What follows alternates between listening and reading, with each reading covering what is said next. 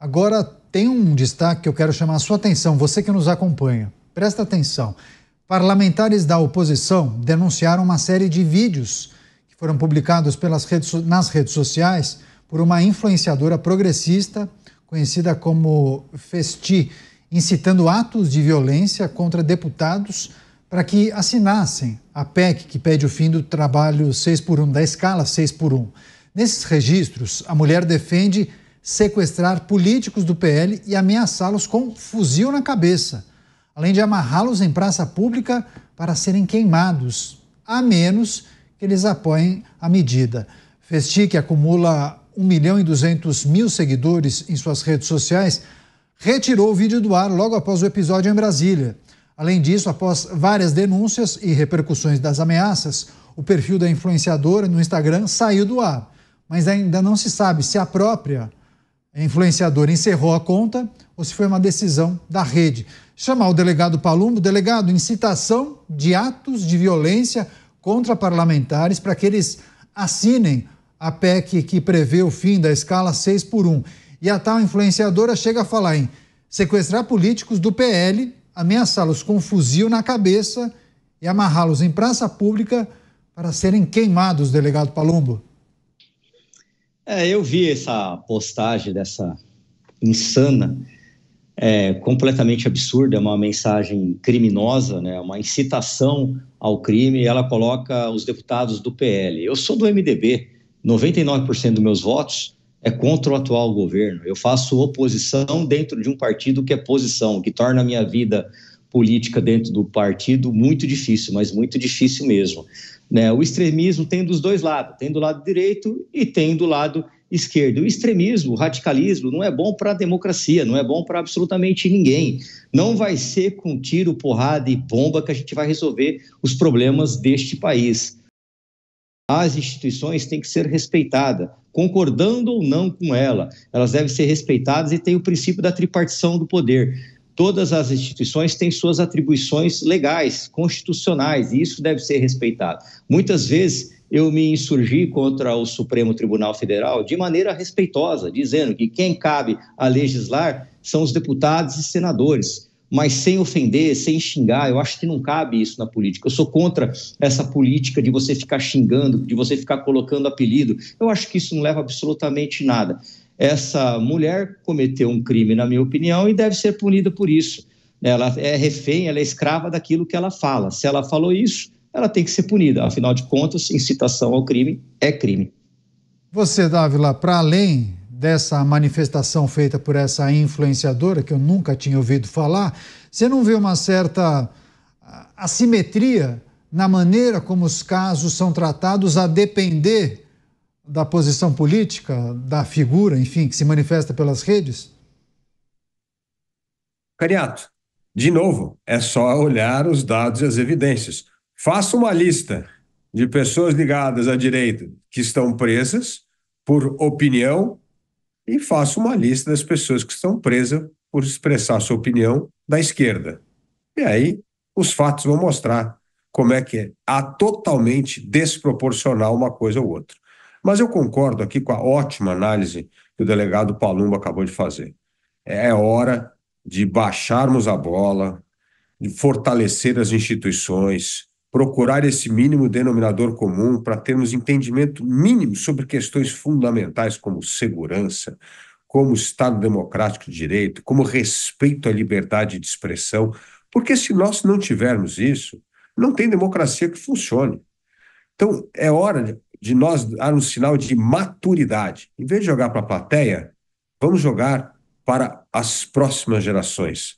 Vamos olhar esses pilares da democracia que são fundamentais para que nós possamos concordar e discordar dentro das regras do jogo democrático, da lei, do respeito às instituições.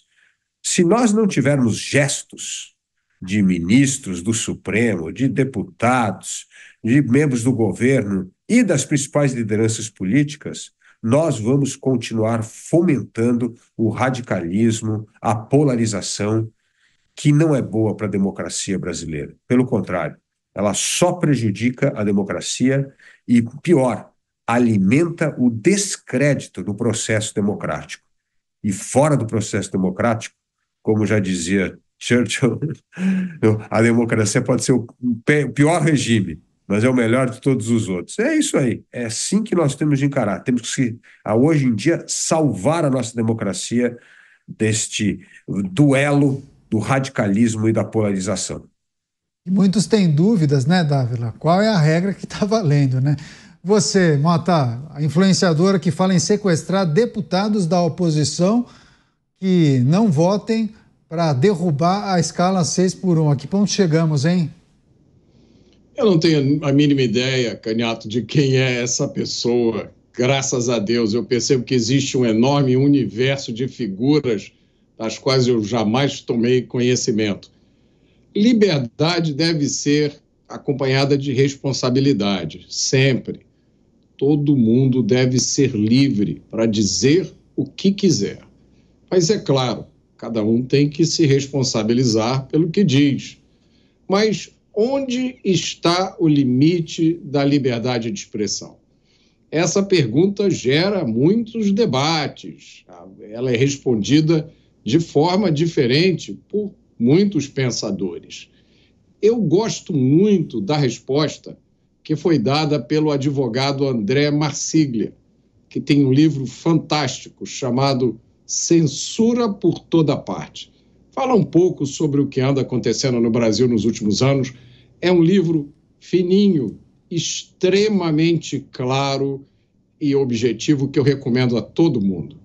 O André Marsiglia, nesse livro, ele diz que o limite da liberdade de expressão está no discurso que pede a destruição dos outros, que pede a eliminação de pessoas ou de grupos. Me parece que é exatamente o caso aqui. Agora, delegado Palumbo, a gente refletiu, debateu e trouxemos, claro, as informações sobre a proposta que foi apresentada pela parlamentar Érica Hilton, enfim, muitas manifestações de grupos favoráveis e contrários. Qual é a percepção do senhor em relação ao Congresso Nacional, sobretudo Câmara dos Deputados? E você pode perceber ali, conversando com os parlamentares, que você geralmente troca algumas ideias, enfim, há uma sensação de que isso poderia avançar ou provavelmente isso vai ser guardado em uma lata de lixo? Olha, eu não consigo dar uma resposta objetiva, porque eu não sei o que se passa aí na cabeça do presidente da Câmara, né? Ele que pode ou não pautar essa PEC. Ocorre que a gente tem que pensar que de cada 10 empregos brasileiros, empregos registrados, né, 8 são de microempresas, que tem no máximo, 3 funcionários. E a gente pode sim colocar o fim da escala 6x1, não sou contra, mas a gente tem que ter algum tipo de abatimento tributário, de taxas, de impostos por parte desse microempresário que está muito longe de ser milionário, que está muito longe de ser rico. Nós não podemos demonizar esses empresários.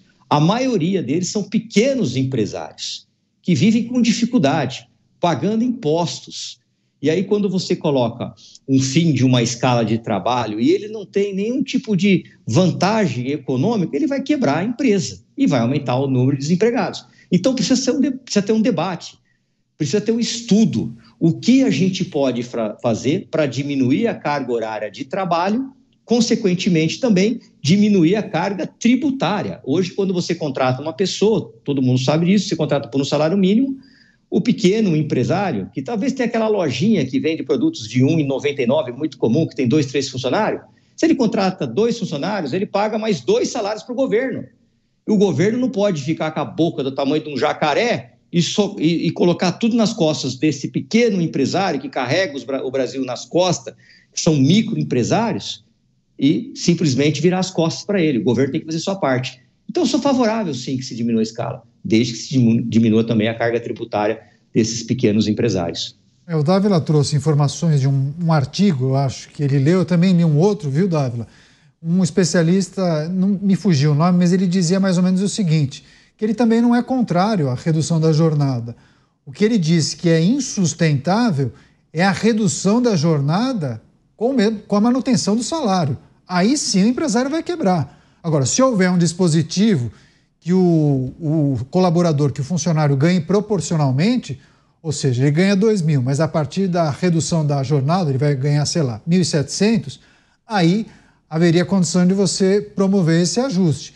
Mas se for para manter o mesmo salário, inviável para a maior parte desses microempresários, né, Dávila?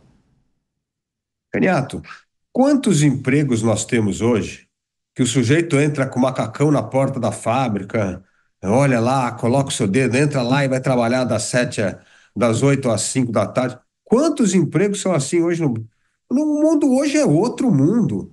Tem gente que trabalha 12, 15 horas, depois descansa. Tem gente que trabalha... Hoje em dia o ritmo de trabalho é completamente diferente. Você querer legislar com essa cabeça hoje, você está completamente fora do mercado do trabalho. Por isso que nós temos de deixar o livre acordo entre empregador e empregado como garante a reforma trabalhista. É assim que são regidas as relações modernas do trabalho. Cada setor tem uma demanda. Chega para um agricultor, na hora da safra, fala, olha, às 5 horas eu paro de colher. Imagina, ele vai trabalhar meia-noite, 24 horas, vai trabalhar tudo porque tem que colher, abriu a janela. Não tem esse negócio. Então, assim, é uma visão do trabalho completamente antiquada. É uma visão do trabalho, Caniato, dos anos 50. Daí, a flexibilização que a reforma trabalhista permitiu do negociado sobre o legislado. E o que acontece? A Justiça do Trabalho não está respeitando a matéria aprovada pelo Congresso Nacional, a reforma aprovada pelos deputados e senadores. É um absurdo. Ali tem a terceirização, ali tem banco de horas, ali está contemplado o negociado sobre o legislado. Isso é a forma de reger o trabalho no mundo moderno. O resto é conversa fiada. Querer manter o trabalhador trabalhando menos horas e ganhando mais, isso não existe. Aliás, parte da inflação hoje no Brasil, Caniato, é fruto justamente dessa corrida de geração de emprego, principalmente emprego público que aconteceu, e o salário é maior do que a produtividade. Quando o salário é maior que a produtividade, você gera inflação. Então, parte da inflação hoje, porque nós não estamos enfrentando a questão crucial no Brasil, é a queda da produtividade do trabalhador. O brasileiro é um dos trabalhadores mais improdutivos, inclusive da América do Sul. Isso tem a ver com educação de péssima qualidade, tem a ver com falta de ensino técnico e profissionalizante, tem mil coisas aqui. Mas ou nós levamos a sério as questões estruturais, fundamentais, ou nós vamos perder tempo com questões periféricas. Então, vamos seguir a legislação trabalhista depois da reforma trabalhista, deixar que haja essa liberdade de contratos entre empregador e empregado e vamos investir na melhoria da produtividade do trabalhador brasileiro. Essas são as duas coisas fundamentais que nós temos de fazer. O resto é espuma, é querer jogar para arquibancada e não é querer melhorar a vida do trabalhador. Essa medida vai piorar a vida do trabalhador brasileiro. Porque o que vai acontecer? Vai encarecer produto, ele vai cair na economia informal, porque vai perder o emprego formal. E é óbvio que as empresas ou vão repassar custos ou vai começar um processo de substituição de trabalhador por máquina. Não tem a menor dúvida. Fico imaginando os caixas de supermercado. Hoje em dia já tem os caixas humanos, né? Tem os funcionários que ficam ali, mas tem um lado que é autônomo, né? A pessoa vai e ela mesma passa o produto. Muito possivelmente o varejo vai arrumar maneiras de você tirar esses funcionários, deixar muito mais autônomo, a operação muito mais autônoma, com mais máquinas para a pessoa conseguir pagar sem a necessidade de passar pelo caixa que tradicionalmente faz os registros.